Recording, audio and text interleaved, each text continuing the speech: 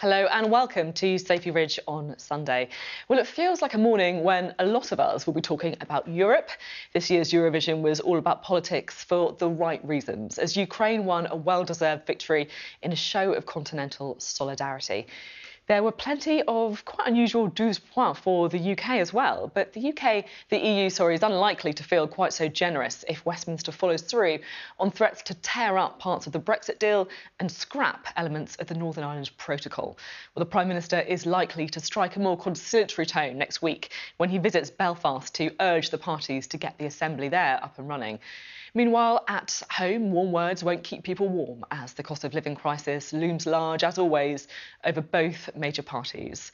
So it's Hello Europe, London calling with our guests this morning. In just a moment, we'll be joined by the Business Secretary, Kwasi Kwarteng. And for Labour, we'll speak to the Shadow Climate Change Secretary and, of course, the former leader as well, Ed Miliband. With the Northern Ireland Assembly gridlocked and a fresh row between the UK and the EU brewing, we'll be talking to Ireland's Foreign Minister, Simon Coveney. And with unions calling for mass pay rises amid the deepening cost of living crisis, we'll also be talking to Francis O'Grady, the General Secretary of the Trade Union Congress.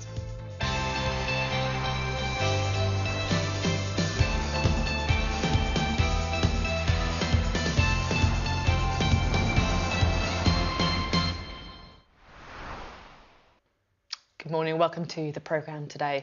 Well, Labour says it will lay an amendment to the Queen's speech on Tuesday calling for a windfall tax on oil and gas companies. Now, that's always been opposed by my first guest, the Business Secretary, but the Chancellor has hinted that he may go down that route. There's also talk of tax cuts as the government struggles with the cost of living crisis. Kwasi Kwarteng joins us now. Thank you. Good to see you this morning. Now, I want to get on to the very important business of the day first, but later. But firstly, just to talk about Eurovision. Yeah. We've come second. What is going on? Well, we had a very good contestant. Sam Ryder did a good job, and he got lots of votes. And it feels right that Ukraine won, of course. Well, of course. And I think the important thing I thought was when President Zelensky said that it should be hosted, as is customary in the winning country, and that will be Ukraine. And I look forward to seeing it when it's held there. And they've talked about it being even in Mariupol. Is that something that the government in the UK would try and support to try and make sure that does Absolutely. happen? I mean, President Zelensky was very clear that it will be hosted in Ukraine, and he mentioned Mariupol, and that's what we hope to see. And obviously the country might need support from others to make that dream become a reality. Absolutely. I mean, what we've done is really support Ukraine right through from the beginning of this crisis, and we'll continue to do so. Now, Ukraine say they've succeeded in pushing Russia out of the second city, Kharkiv. Does our own intelligence support that? Well, I'm not here to talk about what the war situation is. I think it's been quite encouraging what's happened, and clearly President Putin's initial war aims, have been completely frustrated. But we'll just have to see how the situation evolves. Do you think it's too far to go to say that Russia could be losing at this point? No, I wouldn't make any comments on that, and I'm not in a position to do so. We've got an excellent Defence Secretary, we've got excellent intelligence, and those relevant cabinet ministers will have a much clearer view than I do. Mm-hmm. From just reading what I see and looking at the news reports, it's clear to me that Russia's ambitions, their initial war aims, as I've said, have been frustrated. But there could be a long way to go. And they may be forced to refocus just on the Donbass region in the east of the country. Yeah, they've already done that. I mean, it was clear that their initial ambition, their initial goal was to take Kiev. That failed. And then they've scaled down their target, their ambition. And as far as I can see, they haven't got their secondary aim either. But it's an evolving situation. We just heard, just in the last few moments, from Liz Truss about the idea that Finland and potentially Sweden could be applying for NATO membership. Is that something that the UK would like to see? Well, I think it's really up to Finland and Sweden in terms of NATO membership. That's something for them. They're sovereign countries. And all of NATO will have to take a view on their application. And what would our view be? Well, I mean, you'd have to ask Liz Truss. I think she made her comments very clearly. But we would have to just rely on them. We have to see what Finland and Sweden want to do before we can make a response. OK. Now, the Prime Minister is to visit Belfast this week. Now, that's the first visit since the Assembly elections. What will his message be? I think his message is very much that political stability, the political stability of Northern Ireland, is our #1 priority as far as Northern Ireland is concerned, and that we should be able to act in a sovereign way. Northern Ireland is as much a part of the United Kingdom as England, Cornwall, the South East, and we are responsible for that as a government, and I'm sure that'll be at the core of his message. Just to, obviously, the DP have said that they don't want to engage in power sharing until parts of the Northern Ireland Protocol are fixed, in their view. And various cabinet ministers, including Liz Truss, including Dominic Raab on this programme, have been very clear that they don't think the protocol is currently working. Does that mean that the UK government is prepared to unilaterally scrap parts of that protocol, even without EU agreement? Absolutely right. I mean, throughout this whole debate, even before the protocol and the treaty was conceived, we've had a number of people in this country whose presumption has been that the British government is always wrong and that the EU is always right. And that's clearly too simplistic.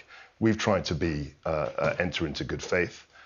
We've tried to negotiate. We've drawn the treaty. But we've always said, even Article 16 of the protocol itself says that it can be abrogated unilaterally if it's shown not to be working. And clearly, if political stability is our #1 priority, and people are saying that they won't go into power sharing if it isn't changed, we have to consider very carefully how we can change it. That would break international law, though, wouldn't it? Well, I'm unclear as to this, because clearly Article 16 is part of the protocol itself, and when you read, I did actually take care to read it again just before the programme, it says quite clearly that there's a scope to change it unilaterally. Unilaterally means that we can do that ourselves without having to reach agreement with the EU, and that's in the treaty. The Article 16 is part of the protocol. Whatever happens, though, there will be a response from the EU if the UK did decide to go down this route. It could mean a trade war, and let's be clear about what that means. That means tariffs. That means things getting more expensive for people in the middle of a cost of living crisis. Well, let's see what happens. I think we're getting ahead of ourselves. Well, that's what the EU have said. And also, I mean, any tariff situation they'd have to go through arbitrators. It's not something that they can just do, willy-nilly, arbitrarily, immediately. They have to go through arbitrators. And, let's rewind a bit. We got into a lot of problems because we simply ruled out the ability to walk away. Article 16 is enshrined. There's a reason for it. It does allow people to act unilaterally. And we've got ultimately to be prepared to invoke it. Even if it could mean things getting more expensive for people in the UK. So our #1 priority is political stability of Northern Ireland.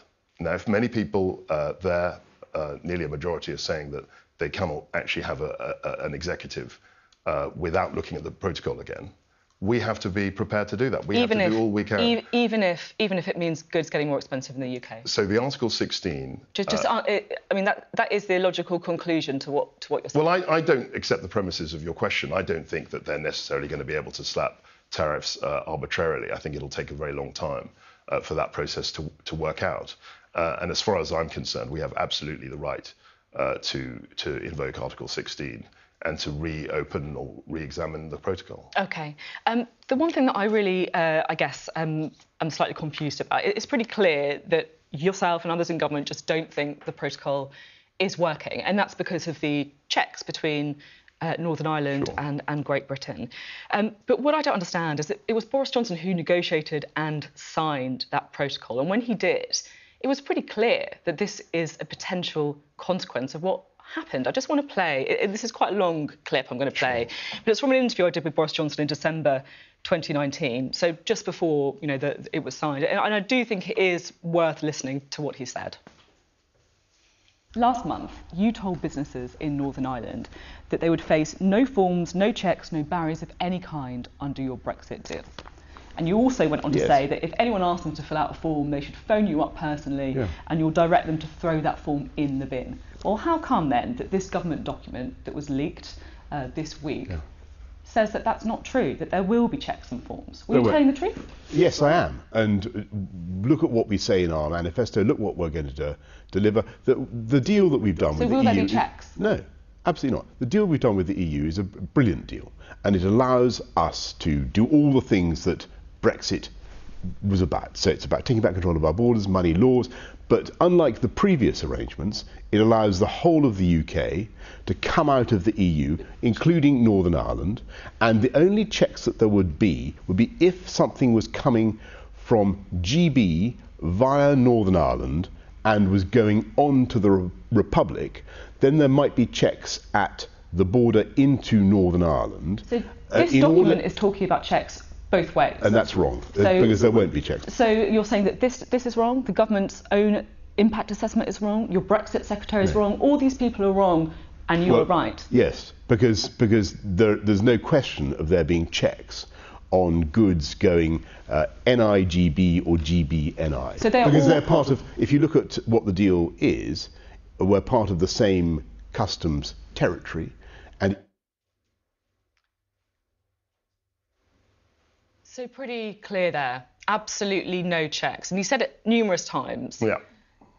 Did he not understand the deal? Or was he lying to me? No, he fully understood the deal. But of course, like in anything, you have to see what the actual practice was when it happened. Nobody else did, though, because the point I make in that interview is that the government's impact assessment, the Brexit secretary, the leaked documents, all of those were saying, yeah, there are going to be checks. He was on his own saying there wouldn't be. I think the Prime Minister was right to say that we thought it would be a much smoother process. That's not what he was saying. He wasn't saying there would be light touch checks. He was saying there would be absolutely no checks, and that was wrong, wasn't it? Well, what's happened now is I think the EU have been unreasonable, frankly. I was just reading a report that they won't use an IT system because it breaks some of their sort of legalist way of thinking. They won't show much flexibility, and that's why we're in the position we're in. The protocol isn't working, and we have to be prepared, and it's an urgent problem, and we have to be prepared to invoke Article 16. We're in the position we're in because the deal that Boris Johnson signed and negotiated, it was inevitable there was going to be checks on the Irish Sea. So that's why. I don't think it was inevitable that the EU would be as intransigent or as they have been. And it wasn't inevitable that the people of Northern Ireland would respond in the way they did to the protocol because they've actually experienced it. And they're saying... The majority on the Northern Ireland Assembly do support the protocol. They are saying... After Sinn Féin got a majority. Well, they didn't get a majority. They were the largest party. But they were the largest party. The majority of... Assembly members are from parties that support the protocol. So I'm not quite sure you're right. I mean, the majority of people on the Assembly are essentially on the unionist side. So they broadly share what the DUP are thinking. Sorry, the majority on the Assembly are from the union. So you're right. Sinn Féin has the reason why Sinn Féin are the first minister is because they got a plurality. They got more seats than anyone else, but they don't have a majority. So a lot of the people actually. And they've said this. But not everyone else is unionist. There's other. No, there's an alliance. There's an alliance. Yeah, right. As well, right? It's not just Sinn Féin who. No, so it's Sinn Féin, and there's the alliance, and then there are the unionist parties, which added together are more than Sinn Féin. And the SDLP. That's right. So, but it's clear to me that without changes to the protocol, you're not going to get an assembly. You're not going to get an executive. Okay. And that's undermines the fact you don't get an executive undermines. Okay. Stability. Now, Labour are we need to move on. Labour are putting down an amendment to the Queen's speech this week calling for a windfall tax on oil and gas company profits. Will this government support that? Of course not. I mean, it's very unusual for any government to support opposition amendments to the Queen's speech. So we're going to be opposing that. I just want to try and work out where you are on the windfall tax on oil and gas companies. This is what you told me a couple of weeks ago. You're very clear. I've never been a supporter of windfall taxes. I have been very clear on that publicly. I think it discourages investment. So that's your position. Yeah. Why am I said that to you 2 weeks ago. 2 weeks ago, exactly. And it's exactly my position today. Just the reason I'm asking is because this is what Rishi Sunak said on windfall taxes this week. This is the Chancellor. He said, what I want to see is significant investment back in the UK. If that doesn't happen, then no option is off the table. Yeah. So who's right then? They're not contradictory statements. I've said personally that I'm against them, and he's the Chancellor of the Exchequer. He's responsible for the budget. He's responsible for tax policy, and he's saying that no option is off the table. And in 12 years in Parliament, I've always heard chancellors, they always say no option is off the table. It would be foolish for any chancellor to rule anything in or out 4 months before the budget is due. So it's entirely reasonable. You don't want to see a windfall tax? I wouldn't want to see it. I've always argued against it publicly and privately. But as every chancellor I can remember has said, 4 months before the budget, no option is off the table. It's entirely reasonable. OK. And now there are reports in the Sunday Telegraph today that cabinet ministers are criticising the Bank of England for failing to control inflation. One reportedly saying it has one job to do to keep inflation at around 2%. It's hard to remember the last time it achieved its target. Do you share their frustration? So it is a matter of fact that when the Bank of England became independent in '97, as you know, they had a monetary target, inflation target, 2%. That's true. And inflation's running almost into double digits now. So, you know, that is an issue, clearly. But I think Andrew Bailey's doing a good job in difficult times. These are completely unprecedented times. We've had the COVID pandemic. We've had a huge spike in economic activity after the lockdown restrictions were eased. And then, of course, you've got this war in Europe for the first time in 70 years, with tanks rolling into European territory. So all of these things mean that it's a very difficult time, and I think he's doing a reasonable job. But it's true to say that 2% is part of their mandate. They have to keep it to 2%, the inflation. And they failed on that. Well, it's been a very difficult time to do that. I think every country in the world pretty much is having inflation running in high single digits, even double digits. OK. Now, I want to talk to you a little bit about some comments made by the Prime Minister this week about working from home. Obviously, Sure. Many more people working from home as a result of the pandemic, saying that it makes them more productive, that it helps them with flexible working as well, particularly if you've got caring responsibilities. Now, this is what the Prime Minister said about working from home.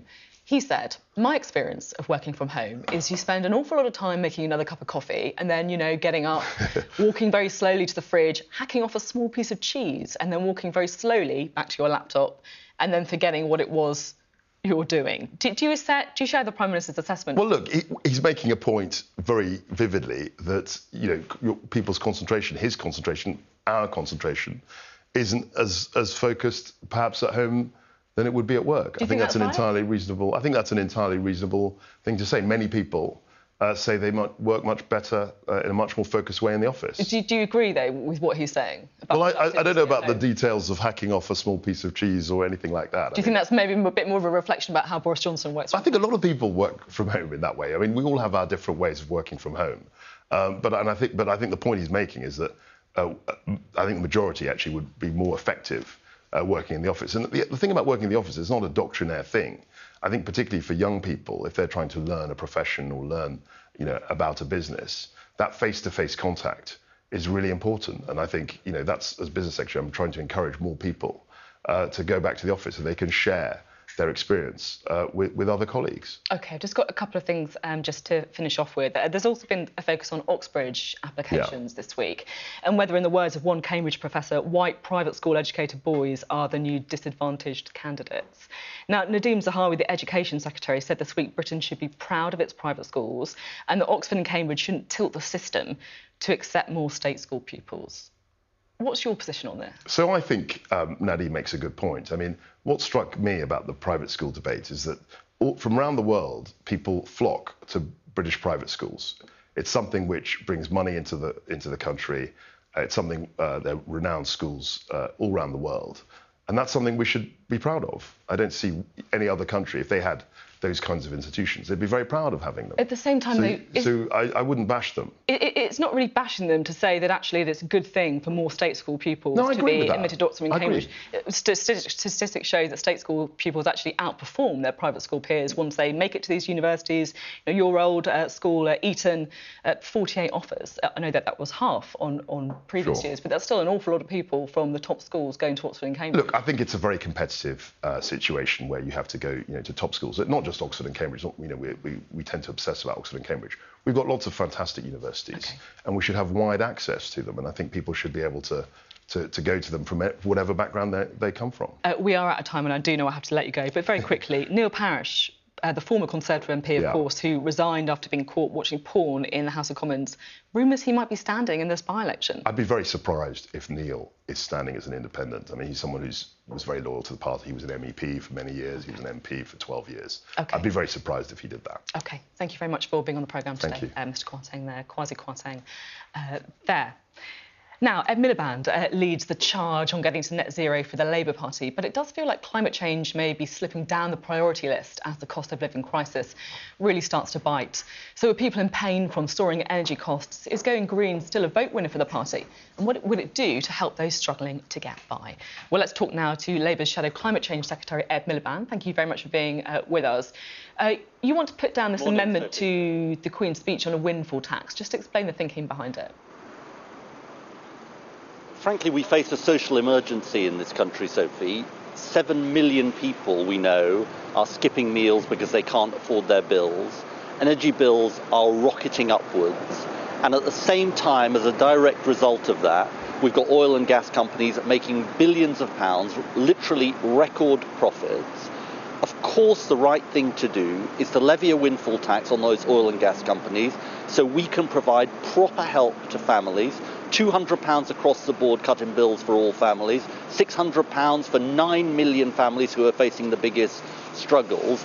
And that is absolutely essential. And I will say to you, I think it is frankly obscene that the government is refusing to do this. I mean, I listened to your Kwasi Kwarteng interview. I'm not interested in their internal machinations about this, because every day that goes by when they refuse to do the right thing is another day when millions of people in this country have sleepless nights about how they're going to afford their bills. My message to the Chancellor is this. You're going to do a windfall tax. I believe he is going to do a windfall tax because, frankly, it's an unanswerable case.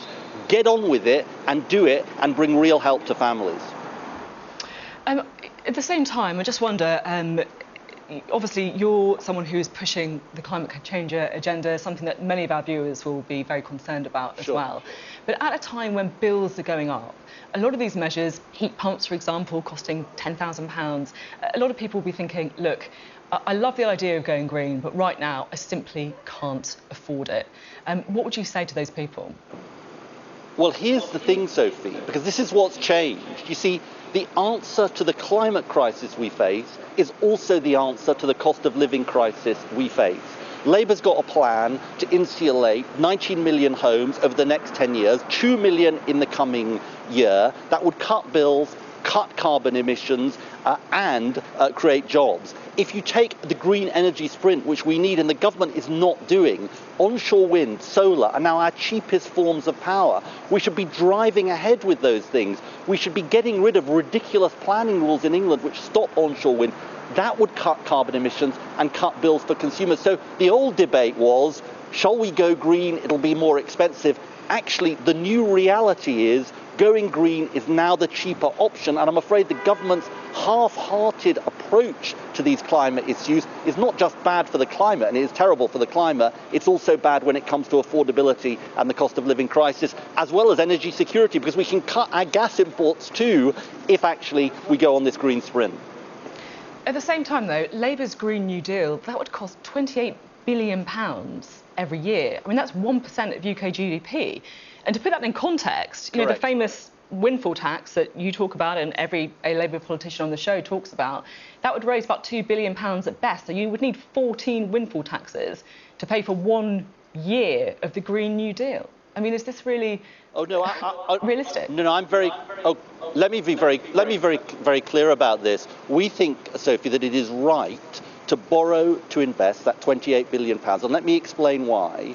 Because the biggest challenge and the most imprudent thing we could do is fail to invest in tackling the climate crisis, because we will store up massive costs for the future. Don't take my word for it. The Office of Budget Responsibility produced an excellent report, and you know I'm a bit nerdy, so I've kind of looked at their report in detail. That shows if we delay by a decade, if we delay climate action by a decade, we double the cost of going green. Let me give you a very concrete example on this, just to show you what it means. Because the government got rid of a zero carbon home standard, which would have meant that all new homes would have been built zero carbon, we've built 1 million homes since then. We're going to have to insulate, retrofit those homes. That's going to cost us more money. So it's another example of why the prudent choice the sensible economic choice, the sensible fiscal choice, as well as the ethical choice, is to invest in tackling the climate emergency. And there's huge potential of jobs in this country. Just let me just make this point. One of the problems I have with government is that they have no plan for growth. If we invest that money in the automotive sector, in electric cars, so we can get ahead in that, in steel, so it can be transformed, in new industries like hydrogen, it can create good jobs at good wages. The biggest challenge we face, the biggest long-term economic challenge we face. If you were being honest with people, though, wouldn't you spend a little bit less time talking about the windfall tax that raises £2 billion a year and spend a bit more time being upfront about how the fact, like as you have just been, that Labour would effectively be borrowing billions and billions more pounds every year to pay for this £28 billion a year Green New Deal? I'm being extremely open, and I'm very happy to talk about both. But let me make this point to you. The reason why this matters is we have a short-term plan and a long-term plan. And the short-term plan is really important. I do want to underline this point, Sophie. I was in a citizens' advice office in my constituency on Friday, meeting a couple and a single person who are facing this cost of living crisis. And let me just underline this point to you. This was one set of people who are homeowners and who are deeply worried about how they'd afford to pay their bills, and another lady who was renting a house on universal credit, incredibly worried, frankly, just no hope of paying her direct debit. I know that we often talk about emergencies and difficulties and so on. In my 30 years or so that I've been involved in politics, I have never known a cost of living crunch like this. We're set for the biggest fall in living standards for 45 years in our country. So I make no apologies for talking and demanding that government act on the windfall tax, because it is quite wrong that they are not doing so. How concerned are you about the impact the war in Ukraine could have on energy bills in the future? I am concerned about it. And you know, what this illustrates is that if we are subject to fossil fuels, if we are reliant on fossil fuels, then we are basically at the mercy of global events. And there's a real lesson here, because this is a fossil fuel crisis.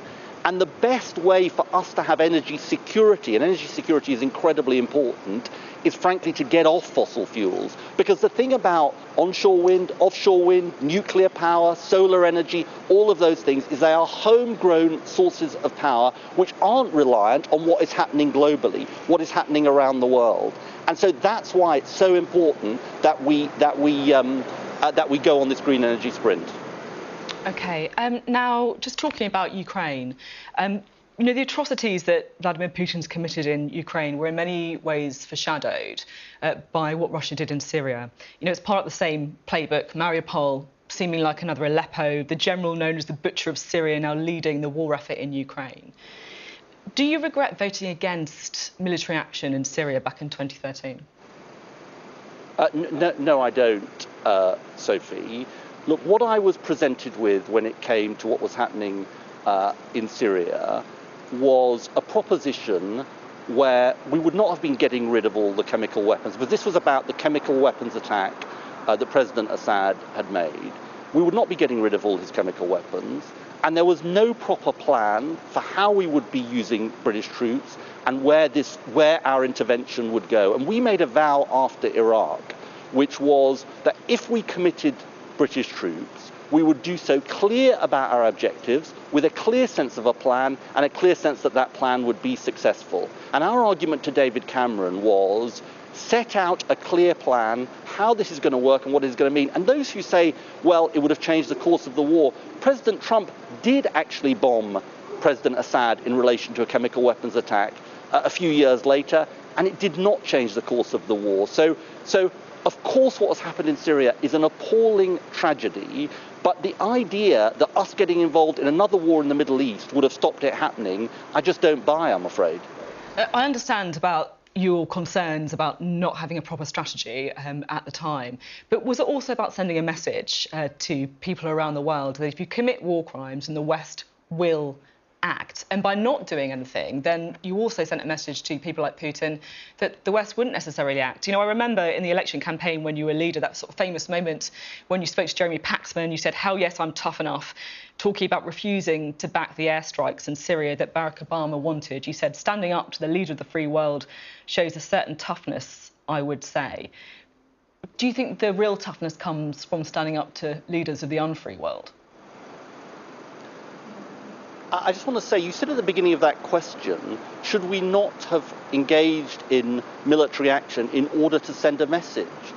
I think we should learn some lessons from our past on this, because when terrible things happen around the world, yes, we have a responsibility to act in concert with our allies, and we are acting in relation to Ukraine and with the toughest economic sanctions, providing defensive equipment rightly to the Ukrainian regime against the appalling acts of Putin.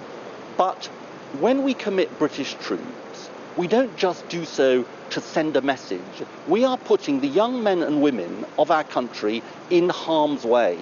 And I think that leaders have a deep responsibility to know that they are doing so on the basis that we have a chance of it succeeding, we have a clear plan, and we know where the intervention is going to go. So, and you know, in relation to Libya, I supported David Cameron in relation to intervention in Libya, because I thought there was a plan in relation to the kind of humanitarian emergency that there was there. But I took my responsibility incredibly seriously as somebody who wanted to be the Prime Minister of the country, that if I was going to commit British troops, it was on the right basis, in the right way, and with a clear chance of success. OK. Now, moving on to a few other issues in the news recently. Sadiq Khan, the Mayor of London, has set up a commission to look into the potential legalisation of cannabis. Would you like to see cannabis legalised? That isn't Labour's position, no. What we've said, and look, we welcome Sadiq looking at these issues because this debate carries on and should carry on. He's looking at a whole range of issues under, I think it's Lord Faulkner, a distinguished person, very wise person on these issues, to look at issues of treatment and education and the wider issues that you mentioned. What's your own look, position Labour on it? isn't convinced. Well, look, you know, I've said in the past that this is something that needs to be looked at. I think you probably know that. But Labour's shadow cabinet position, which is a position I support as a member of the shadow cabinet, is to say that we're not yet convinced of the case for moving on decriminalisation. But obviously we'll look at what Lord Faulkner's commission has to say. OK. Now, we had the local elections 2 weeks ago, and I think it is fair to say, of course, that Keir Starmer made progress compared to the Jeremy Corbyn position. Would you say he's now stuck in Ed Miliband territory? I don't think you mean that as a compliment, Sophie. So maybe I should say no. Look, I think what Keir is doing is that we had a terrible defeat in 2019. He has done a remarkable job, I think, in bringing the party back from the brink, from what happened in 2019, putting us back on the pitch. Let me tell you what I detected as I went around the country in the local elections. I think there is a big mood for change in this country. Not just the cost of living crisis, this goes back much further, to Brexit, to the financial crisis. People feel the country's not working for them. Now, I think people are increasingly convinced that the Tories aren't going to deliver, and I have to say, listening to that Kwasi Kwarteng interview, it's no wonder people think the Tories can't deliver. Our job is to show that we can bring that change, and that is a work in progress. Of course it is. We've got really important ideas, like the windfall tax, like the climate investment pledge. And what you're going to see, and what I know Keir is determined to do, is to show that burning passion and that set of proposals to change our country, to bring the change that I think people are crying out for in this country. You know, remember after the pandemic, or during the pandemic, Sophie, we said we would build back better, all of us across politics. Actually, at the moment, we're set to build back far worse under this government. So we've got to show that we can bring the change we need, and I'm convinced we can.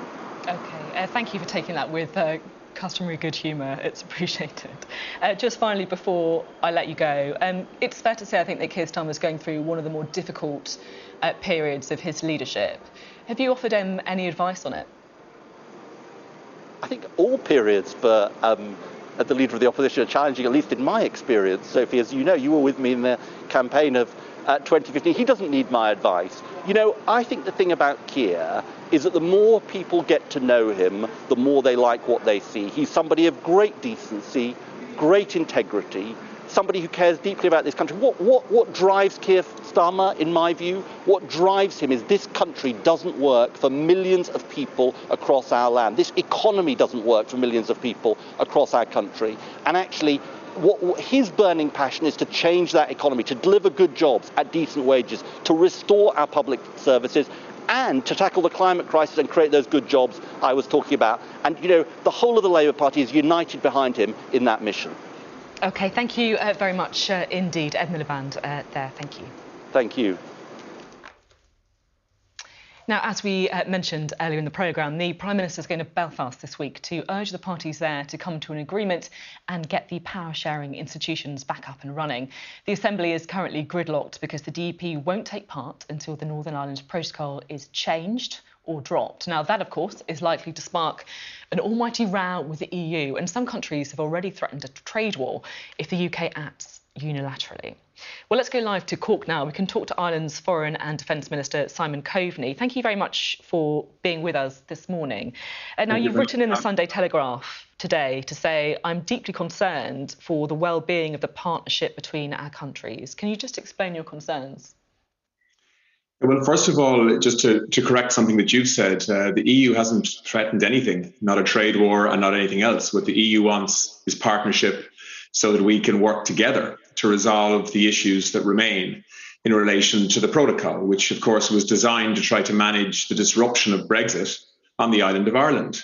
So the last thing the EU wants, the last thing that Ireland wants, is tension with the UK, particularly at the moment, given the what's happening in Ukraine, Russian aggression, and the need to work together on an international stage. But unfortunately, it has been the briefings that has come from the British government this week that has raised a real red flag in Dublin and in Brussels, because the British government is now threatening to break international law, to break a treaty that they signed with the EU and that they designed with the EU and ratified with a huge majority in the House of Commons. And in doing so, potentially creating huge problems on the island of Ireland.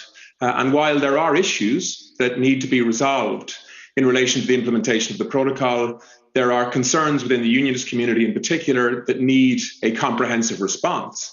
The way to do that isn't for the British government to act unilaterally and to brief against the EU in the way that they have this week, encouraging the Prime Minister to act like he's acted on Ukraine in relation to the protocol and urging him to rip it up.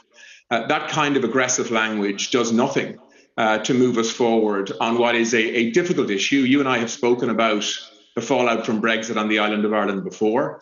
We've just had an election in Northern Ireland, which was a difficult election. It was a polarising election. And the challenge for us all is to listen to all communities, unionist and nationalist, and people who don't describe themselves as either, and try to ensure that the agreements that we've signed in the past, which is now international law, is applied with the flexibility and the pragmatism to respond to all of those concerns, as opposed to legislating unilaterally for the concerns of one community in Northern Ireland, which it seems to me is what the British government is now saying that they will do as soon as this week, if the EU doesn't give them everything they want. So that is not the way to approach a problem with a neighbour, with a friend, and with allies and partners, which is what the UK has right across the European Union right now. You saying there about Boris Johnson shouldn't take the same approach with the protocol as he did with Ukraine. What exactly did you mean by that? Well, what I mean by that is that Lord Frost, who of course was the former negotiator on Brexit issues, who was one of the architects of the Northern Ireland Protocol and the withdrawal agreement, which allowed the UK to leave the EU in a structured and managed way. And he did a good job in many ways for the UK. But he, on the front of the Telegraph this week, urging the Prime Minister to show the leadership that he's shown on Ukraine and to rip up the Northern Ireland Protocol. I mean, what we are getting there is a senior figure in the Conservative Party calling on his Prime Minister to break international law and to create huge problems for Britain's neighbour here in Ireland, and of course unnecessary tension with the EU at a time when we all need to be working together to solve problems, not least of course in Ukraine, There are almost 30,000 Ukrainians have come to Ireland so far, seeking refuge and safety from the war in Ukraine. 5.5 million across the EU, and we have huge challenges to overcome together.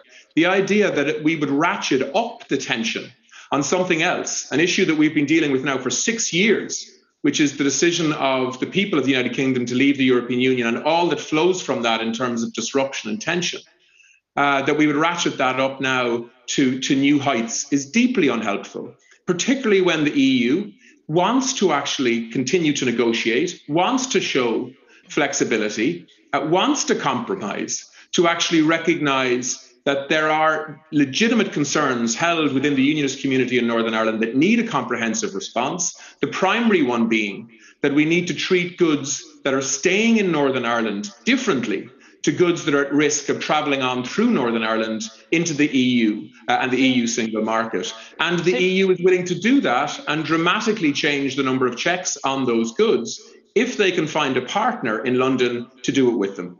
So Liz Truss, the Foreign Secretary, says the current EU proposals fail to properly address the real issues affecting Northern Ireland and in some cases would take us backwards. And if you look at some of what the UK wants, as you're talking about there, changing the burden of proof for goods remaining in Northern Ireland, expanding the trusted trader policy, simplifying the process so traders have to provide less information, perhaps action on grace periods and VAT. Can you understand some of the frustration in Westminster that they believe that the EU has been heavy-handed in imposing some of these checks in a very, very delicate, as you know, of course, border in the Irish Sea, the DUP currently refusing to set up a power-sharing arrangement in Northern Ireland, so time really is of the essence. Yeah. Can you understand some of the frustration in Westminster at what they would perceive as a reluctance from the EU to act decisively or quickly enough? Well, Sophie, can I tell you, I've been in these discussions for more than 5 years now. I have been in negotiations with, I think, 4 or 5 different Brexit ministers on behalf of the British government, and all good people. But let me tell you, Ireland is also frustrated. We are dealing with the consequences now of a decision by the British people on our own country that's cost us hundreds of millions of euros, that is risking the peace process and its institutions on the island of Ireland. And so, when we focus on frustrations, we need to think beyond Westminster. Yes, of course, Liz Truss, and she's a good person and I know her well. She wants to see changes in terms of how the protocol is implemented. And she is perfectly entitled to seek those changes. She has a partner in Maroš Šefčovič, who's the Vice President of the European Commission, who wants to do that with her. But there's no way the EU can compromise if the UK is threatening unilateral action to pass domestic legislation, to set aside international obligations under an international treaty that, don't forget, the UK was the primary designer of, along with the EU. So, yes, I understand the frustrations. And in particular, I understand the frustrations in the unionist community. I've spoken to many unionists who want to see pragmatism and real flexibility so that trade within the United Kingdom, in other words, trade between Great Britain and Northern Ireland, is not disrupted in any way that is not absolutely necessary. And we can get there to a landing zone if we work in partnership. But, saber rattling and grandstanding in Westminster, ratcheting up tension is not the way to do it. And what I am saying, and I've invited Liz Truss to come to Dublin to talk to me in detail about those concerns. I've offered to come to London. In fact, I've come to London many times on these issues. I think Maroš Šefčovič is in the same position. But look, at a time when the world needs the Western world to be united, to be acting in concert, to solve problems together, this is a problem we need to solve together. The last thing Ireland wants, the last thing the EU needs is tension with a country the size and the influence of the United Kingdom. So let's work together through the summer, get these issues resolved, get the institutions back up and running in Northern Ireland, which is what the Northern Ireland want. The final thing I'd say is, Sophie, that there is an impression often across the United Kingdom that Northern Ireland is deeply unhappy with the protocol and that a majority of people want it changed. That is simply not true. The majority of people in Northern Ireland have just voted for candidates that actually are in favour of the protocol because of how it manages the disruption of Brexit. 53 out of the 90 MLAs that were elected in Northern Ireland would vote in favour of the protocol tomorrow if asked to do so. What they want, though, is pragmatism and flexibility in terms of how it's implemented. That's what the EU wants to offer. That's what Dublin wants to help facilitate. And I hope that's what the British government will work with us on in the weeks ahead. Yeah, which is the point that I made to Kwasi Kwarteng about the majority on the Northern Ireland Assembly. I just wanted to quickly come back on, you said there that you had sent an invitation to Liz Truss to meet. Has she responded to that invitation? Well, look, I mean, we're talking again on Monday evening. I know Liz Truss very well. We shared other briefs that were similar in the Irish and British governments in the past. We'll speak again on Monday. This is such an important issue for Ireland that I am available at short notice to come to London or anywhere else, quite frankly, to try and work through these issues. And are you picking up any difference in tone between Liz Truss, who some say in the press briefings here is more strident, and the Prime Minister, who it's briefed as more conciliatory in his tone? Is there a split there from what you sense? Well, look, I want to be careful not to comment on the approach of British politics between Number 10 and others in Cabinet. All I can say is there is a landing zone and a solution that we can get to here if there is real partnership in terms of trying to solve these problems. Some of what's been said this week by various members of the British Cabinet is unhelpful in terms of helping us to get there.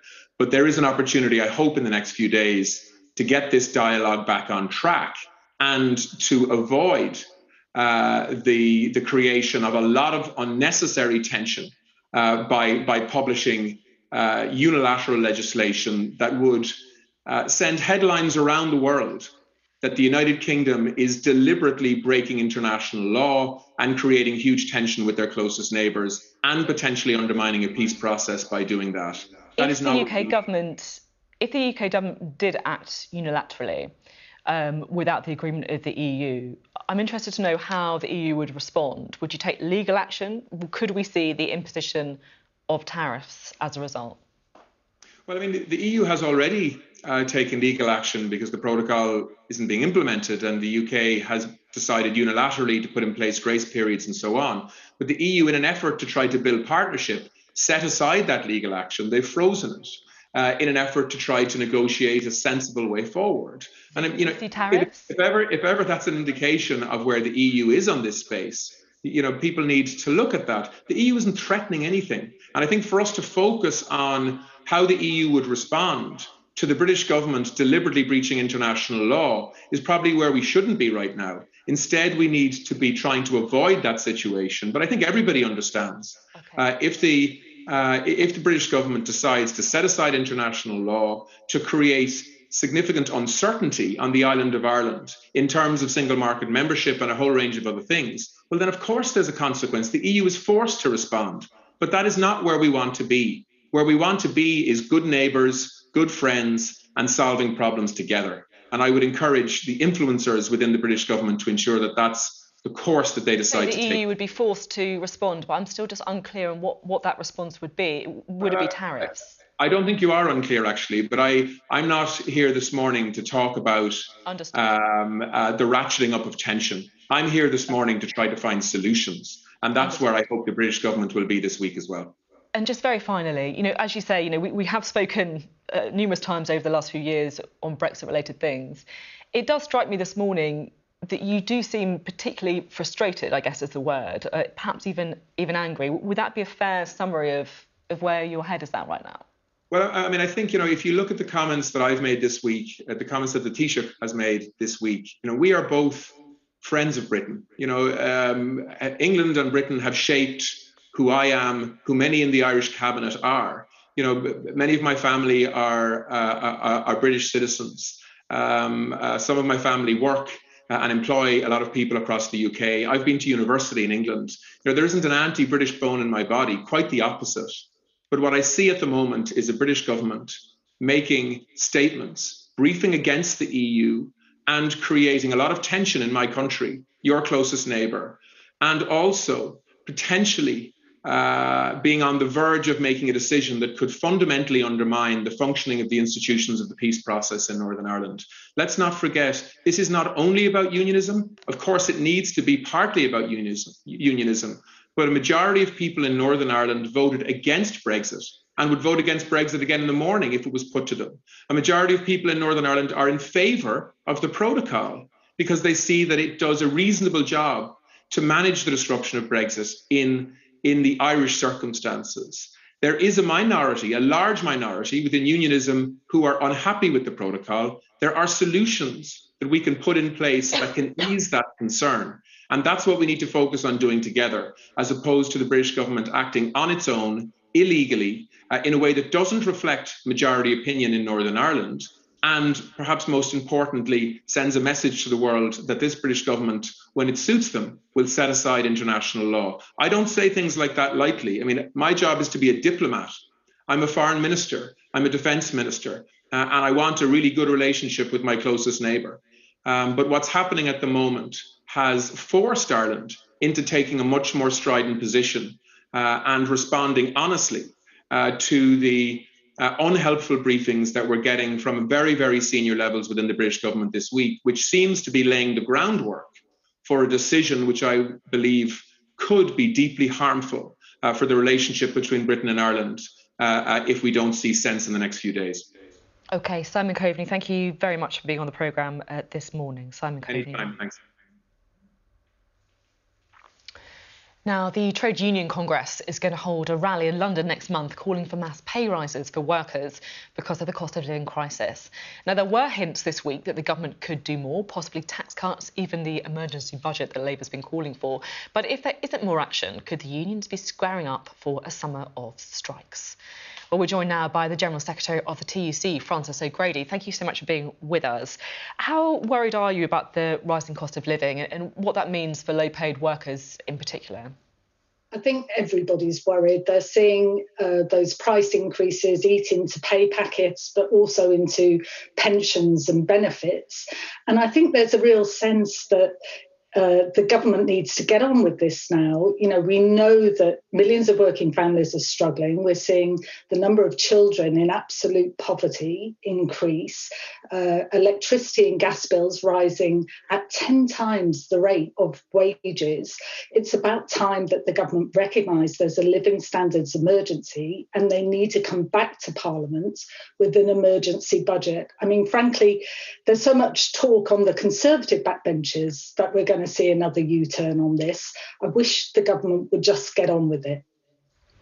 You want to see more rises in people's pay to help them at a time, of course, when the cost of living is increasing. But is there a concern that that could further stoke inflation? Andrew Bailey, the Governor of the Bank of England, has said, you know, we do need to see a moderation of wage rises. And I don't want to sugarcoat that. It's painful, but we need to see that in order to get through this problem more quickly. Do you agree with that assessment? I think the Bank of England was wrong on this one. The Governor was wrong. All the evidence is that prices are being driven by increases in energy prices, certainly not wages, which are set to fall in real terms. On the contrary, people need help now. And in addition, if we suck demand out of the economy, then we're going to risk that recession coming ever sooner. So what we need is for the Chancellor, who I'm afraid woefully failed working families with his spring statement, and I think most people recognise that, he needs to come back with that windfall tax on energy companies that would provide some immediate relief, real investment in renewables so we tackle the root causes of the problems with high energy prices, a boost in the minimum wage. How on earth people are supposed to survive on £9.50 an hour when in real terms, of course, that's set to fall. We need a real boost to the minimum wage and fair pay agreements across the board. And the Chancellor, you know, we've had enough of lessons from Conservative MPs on cooking or buying value brands. I think they are looking, you know, incredibly out of touch with what most people are experiencing. People on low incomes are very good at managing their budgets. The problem is those budgets are too tight. And of course, it's bad for the country too. We've seen this government fail to bring in an employment rights bill to tackle low pay and insecurity. And that is costing the Exchequer to the tune of £10 billion in lost tax revenue and higher benefit payouts. It's bad economics, it's a false economy, and working families expect governments to stand up for them and help them now, not in a few months' time when it's too late. Over the last 12 months, the TUC has logged 300 disputes in different industries, which effectively illustrates that people are challenging below inflation pay rises. Do you think we could see widespread industrial action if more isn't done on pay? Look, I think the government needs to start listening to people and get back in touch with the strength of feeling on this. Yes, of course, unions exist to try and get better and fairer pay deals and terms and conditions for their members. That's what they do. And we have seen that mood increasing in both the public and the private sector. But of course, we've got that national demonstration on Saturday, the 18th of June, where working people will be coming together to protest and demanding better. But, you know, the way to deal with this is for the Chancellor to get a move on, come back to Parliament with that emergency budget, for employers to get around the table with unions to negotiate fair solutions. We've seen profits recover very well, by the way. I think the governor did belatedly acknowledge that that was the case. And we just need a bit of fair treatment. You know, we all want more money for our public services. We all want the country's finances to be in good health.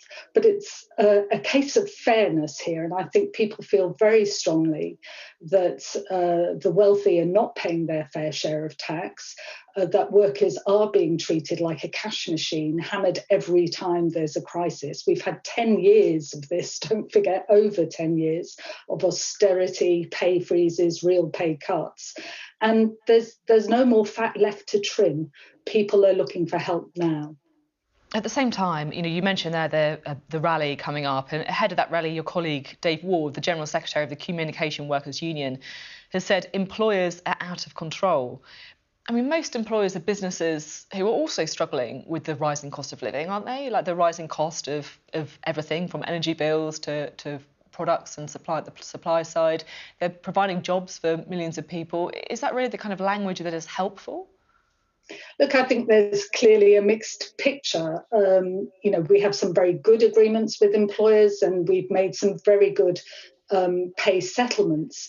But we've also got employers who are hoarding cash, who are paying fairly, I think most people would agree, obscene increases in top pay in the boardroom. And, you know, as I say, people just want to see a bit of fairness. But I think the government can't walk away from this. I think most people agree that that spring statement, which included tax hikes, which hit the lowest paid and young workers hardest on national insurance, you know, simply wasn't fair. They need to come back with an emergency budget. But rather than spinning it out to the summer or August, as we're hearing in some newspapers, they need to come back and do it now. There are some ready-made solutions that make sense, including that windfall tax on energy companies. And let's not forget that the oil companies said it would make no difference at all to their plans for investment. They can afford it and they should do it, and the government should get on with it. Now, I do want to ask you about the Prime Minister's comments about working from home. I asked Kwasi Kwarteng about them earlier. He said that he thought that actually for some people it did reflect their experience. The Prime Minister said, "My experience of working from home is that you spend an awful lot of time making another cup of coffee and then, you know, getting up, walking slowly to the fridge, hacking off a small piece of cheese and then walking very slowly back to your laptop and forgetting what it was you were doing." Do you think he's right? Well, it feels a bit ironic, given, I guess, the Prime Minister is the classic case of somebody who always works from home because he's based in number 10. And that may be his experience of grabbing coffees and wandering around the kitchen. But I think, again, people deserve a bit of basic respect. I think people who work from home work very hard. And this should be a matter, you know, for unions and employers to sit down and come up with sensible agreements. I would have hoped that politicians facing a living standards emergency had more important things to be getting on with than trying to interfere in day-to-day industrial relations between civil servants, managers and their unions. This week, the government also announced 90,000 job losses among civil servants. And I think it's important to say, we're not just talking about what the newspapers would call sort of pen pushers. These are prison officers, court staff, customs officers, immigration case handlers. Are you worried that this is going to damage public services, and specifically in what ways? Well, of course, this is, back to austerity. And we saw how austerity failed not only ordinary people and families, but it failed the country in the end by holding back growth. And of course, these are key workers who work right through the crisis, important public services for all of us that provide that safety net, that keep us safe. These are important jobs. So how on earth the government expects to be able to shed 90,000 at a stroke and for it not to damage communities in the country, I really don't know. So I think we need to hear from them exactly what their plans are, but don't be surprised that unions are angry and that communities will be extremely angry if we're looking to get hit again in terms of key public services that keep us safe. And just finally, you are stepping down at the end of the year after a decade as the first woman to hold the job of TUC General Secretary. I've spoken to you many times, over that period. And I'm just wondering, if there's any kind of reflections you would give on that decade in the job. Do you think workers are better off now or when you started? And also, what has it been like for being like a woman, in the world of work right at that moment, at a time when obviously more recently there's been lots of debate about women in the workplace as well? Well, I'm going to be keeping my shoulders to the wheel for some time yet. I don't leave until the end of December, and I'm focused absolutely on, doing our bit to ensure that the government and employers face head-on this living standards crisis and give working people a fair deal. But I am proud of what we've achieved. And I think the real lesson is that when we work together as a trade union movement, we can achieve a lot. If you think about the pandemic, our wonderful members in health, social care, transport, refuse collection, right across the piece. But so often they had to look to unions to protect their health and safety. They didn't have proper PPE. We had to fight for the national guidelines. And of course, the furlough scheme wouldn't have happened without the trade union movement and, ultimately protected 12 million livelihoods at its peak. And, that was designed to help the economy recover more quickly too. But, to do that in a way that channeled support through people's pay packets is the best way to sustain demand in local economies, shops and businesses. So, I think we've got a lot to be proud of. On the equality front, we are now a movement 50-50, men and women. We reflect all society and every race, every religion, every background. And I'm proud of that too, because I think when working people stand together, when we're united, we can win. OK, thank you so much for being on the programme. Always interesting to talk. Frances O'Grady there. Thank you. Now, just before we go, a quick reminder that our weekly podcast is available every week, since it's a weekly podcast, no surprise. There are highlights of the interviews and thoughts from the team on the pod, and you can find it wherever you usually get your podcasts. Just search for Sophy Ridge on Sunday, and then it should be there. Well, that is it for this week's Sophy Ridge on Sunday. In a moment, after the break, we're going to be running through today's interviews, seeing what we learned, and we'll be joined by our Deputy Political Editor, Sam Coates. Thank you very much for joining us this Sunday morning. See you next week.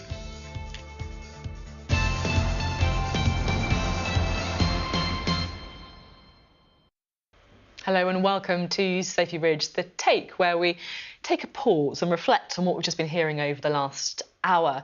I spoke to the Business Secretary Kwasi Kwarteng, the Shadow Climate Change Secretary Ed Miliband, and Ireland's Foreign Minister Simon Coveney. So pretty show. Now, as always, our deputy political editor Sam Coates is on hand to help us analyse this morning's interviews. Sam, I have to just pause for a moment. You appear to be in some kind of Game of Thrones dungeon. What's going on? Well, you heard in your show, Sophie, that Kwasi Kwarteng was echoing the words of the Prime Minister that they think it's reasonable to ask people to go back to the office because you never quite know what happens when you let people work from home, or indeed even where they are. Yes, this is the Safer Ridge The Take Sunday Summer Roadshow. We're touring the country, some of the less known spots, in order to bring you the take from perhaps different perspectives than you might have otherwise got. So I hope you've got the hunk of cheese in the fridge just off camera. I have, and I have to say though, this is not what working from home looks like for most people. That was a key part of the show, but also today what was interesting was we were getting back into the nitty-gritty of perhaps more traditional politics after weeks of local elections, and interestingly, fascinatingly, no mention in your show really of Partygate fines on either side really. But what there was raising up the flagpole of the issue of Northern Ireland. Now, like most of the nation, I was watching the Eurovision Song Contest last night. It appears that Britain is more popular than some people would suggest. It came second to Ukraine in the Eurovision Song Contest. But could Britain's popularity on the world stage be about to take a knock? That was pretty much the number one issue this morning. Yeah, it certainly was. Well, we'll come back to you in just a moment, but let's hear a bit from some of those interviews that Sam was talking about. And I do think Sam has got a point there when he talks about, British popularity perhaps riding high after what's seen as a very successful intervention in Ukraine, being a key ally there of President Zelensky. But what is clearly brewing is an almighty row with the European Union. And I have to say that there were some conciliatory messages in the newspapers this morning, but the Business Secretary, Kwasi Kwarteng, I thought was pretty strong when he was talking about the fact that he believes that the UK should be able to take unilateral action when it comes to the Northern Ireland Protocol. He said the UK reserves the right to act unilaterally. Let's have a little listen to what he said. It says quite clearly that there's a scope to change it unilaterally. Unilaterally means that we can do that ourselves without having to reach agreement with the EU. And that's in the treaty. The Article 16 is part of the protocol. I don't think that they're necessarily going to be able to slap tariffs arbitrarily. I think it'll take a very long time for that process to work out. And as far as I'm concerned, we have absolutely the right to invoke Article 16 and to reopen or re-examine the protocol. Absolutely the right to invoke Article 16. I wonder if we're starting to get a little bit of a direction of travel being fleshed out there by Kwasi Kwarteng. We also talked on the programme to the Irish Foreign Minister, Simon Coveney, who had a very different perspective on this. He said the issues could be solved. He talked a lot about a potential landing ground between the UK and the EU when it comes to the protocol in Northern Ireland. And he was very careful, I thought, to say that he understood some of the concerns, particularly from unionists in the Northern Ireland Assembly, talking there about the DEP. Of course, who are very worried about the implementation of that protocol, but talking also very firmly about what he described as sabre-rattling and grandstanding by the UK government and how, in his view, it was unhelpful. We need to think beyond Westminster. Yes, of course, Liz Truss, and she's a good person and I know her well. She wants to see changes in terms of how the protocol is implemented, and she is perfectly entitled to seek those changes. She has a partner in Maroš Šefčovič, who's the Vice President of the European Commission, who wants to do that with her.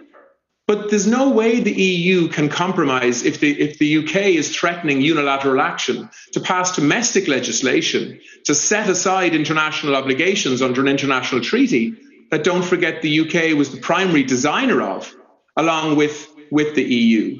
So, yes, I understand the frustrations, and in particular, I understand the frustrations in the unionist community. I've spoken to many unionists who want to see pragmatism and real flexibility so that trade within the United Kingdom, in other words, trade between Great Britain and Northern Ireland, is not disrupted in any way that is not absolutely necessary.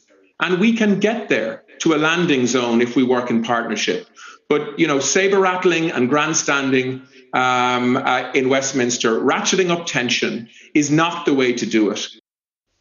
There you go there. Pretty strong words, I thought, actually, this morning from Simon Coveney as well. Let's talk now to our political editor, Sam Coates, and bring you back in. Simon Coveney was very careful there to talk up the idea of a landing zone potentially being reached. He said he was talking about ignoring the what he described as grandstanding, saying it was unhelpful. What's your sense from talking to the people involved in this? Do you think a landing zone is possible? Well, let's start with what we know, Sophie. We know it's going to be a very big week involving Northern Ireland. The Prime Minister goes there tomorrow. There could then be an announcement on Tuesday about perhaps the kind of legislation that the government is thinking of bringing in that would essentially disapply, that would mean that we didn't have to implement parts of the Brexit deal relating to Northern Ireland that Boris Johnson signed up to in 2019. But let's be honest, Sophie, what you've been hearing over the last few days in public, and I've been hearing in private, is disagreements on emphasis, perhaps even disagreements on tactics. Is the government primarily looking to use a piece of legislation, a new law, to try and set aside legislation in Northern Ireland, sort out the Northern Ireland Protocol, or could it pull the emergency lever that was already built into the treaties, known as Article 16, that allows the UK to disapply unilaterally some of the things that have to be done at the moment in Northern Ireland? Kwasi Kwarteng, Business Secretary, talking that up on your programme. So quite how they're going to do it seems, well, different people have been saying different things. But the big point, Sophie, I think, is I am unclear what the government goal is. Is the government goal to try and get a series of changes, specific policy goals, and we know what they are. They're to reduce the number of checks on goods going from Great Britain to Northern Ireland. It's to try and make sure that as new EU law on goods comes in for the rest of the bloc, that isn't applied in Northern Ireland. It's to reduce or eliminate the role of the European Court of Justice. Now, those are the sort of aims that the UK government wants to negotiate, possibly with a gun in its hand, with the European Union. So is that the goal, or is the goal much more political?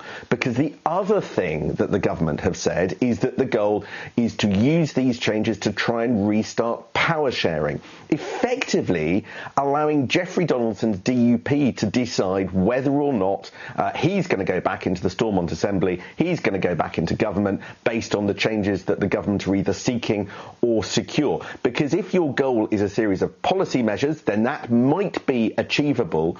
If your goal is everything that the DUP has been asking for in public to date, then that might be just quite a lot harder.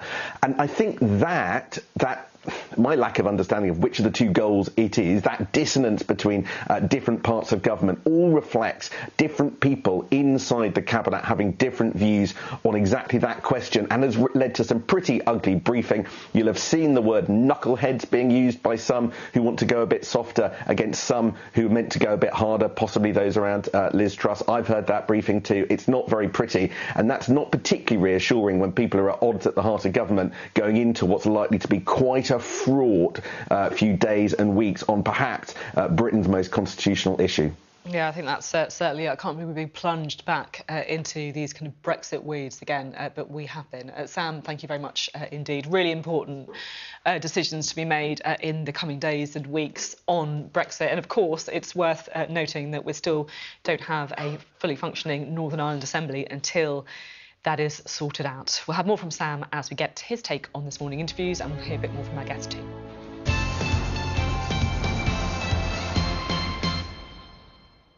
Hello, welcome back to Sophy Ridge on Sunday, The Take, where we take you back through the morning's interviews with some analysis from me and also our Deputy Political Editor, Sam Coates.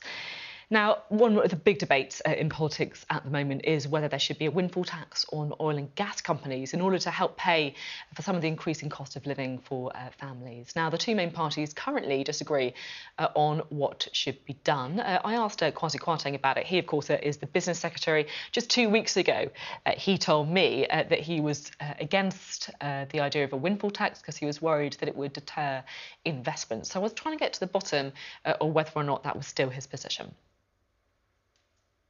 I've said personally that I'm against them, and he's the Chancellor of the Exchequer. He's responsible for the budget. He's responsible for tax policy, and he's saying that no option is off the table. And in 12 years in Parliament, I've always heard chancellors, they always say no option is off the table. It would be foolish for any chancellor to rule anything in or out 4 months before the budget is due. So it's entirely reasonable. You don't want to see a windfall tax? I wouldn't want to see it. I've always argued against it publicly and privately. But as every chancellor I can remember has said, 4 months before the budget, no option is off the table. It's entirely reasonable. The right thing to do is to levy a windfall tax on those oil and gas companies so we can provide proper help to families. £200 across the board cut in bills for all families, £600 for 9 million families who are facing the biggest struggles.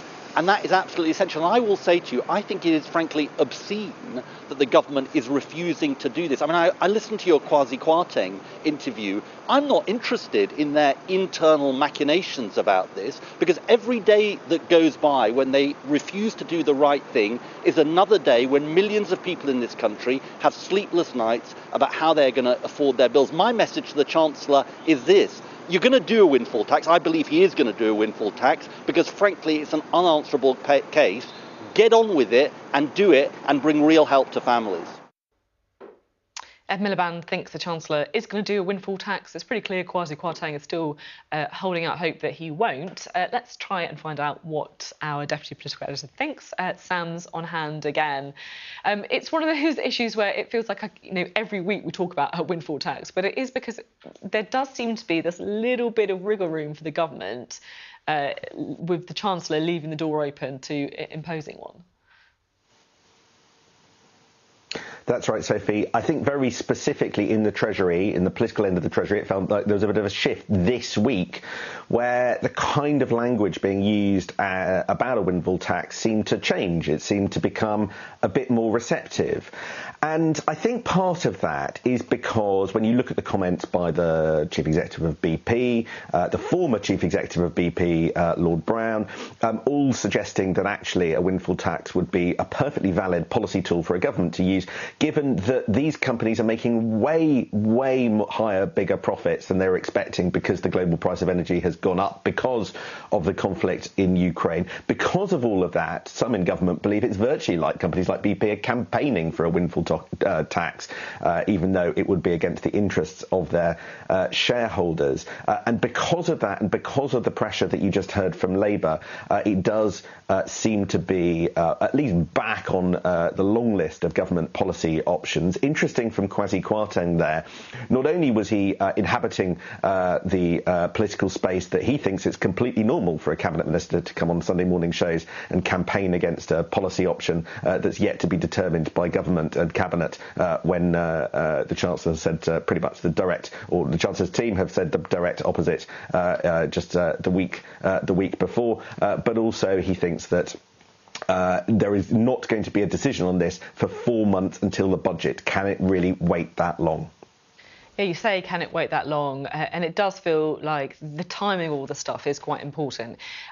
My kind of original sense was that Rishi Sunak wanted to hold back on help until bills actually started to bite. Well, I mean, we had the wonderful weather this weekend, didn't we? I'm sure not many of us have got our heating on at the minute, but that's going to change, isn't it, with those colder months? But do you think he is going to be under pressure to do something more quickly?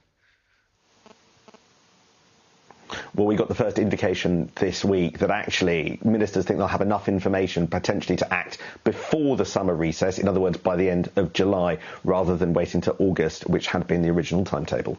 OK, thank you very much, Sam. Enjoy your castle, wherever it is you are. I'm not sure exactly, but thank you very much for popping up as usual on a Sunday morning. Thank you. Well, that is it from Sophy Ridge on Sunday The Take this morning. Big issues for the government and others to be grappling with. A Brexit deal again, of course, is the hot issue of next week. Are the government prepared to act unilaterally? And what will that mean? I feel like people were skirting around it on the programme this morning, but it certainly will mean potentially tariffs and higher prices if that goes wrong and that breakdown happens. That is it for us this week. See you next Sunday.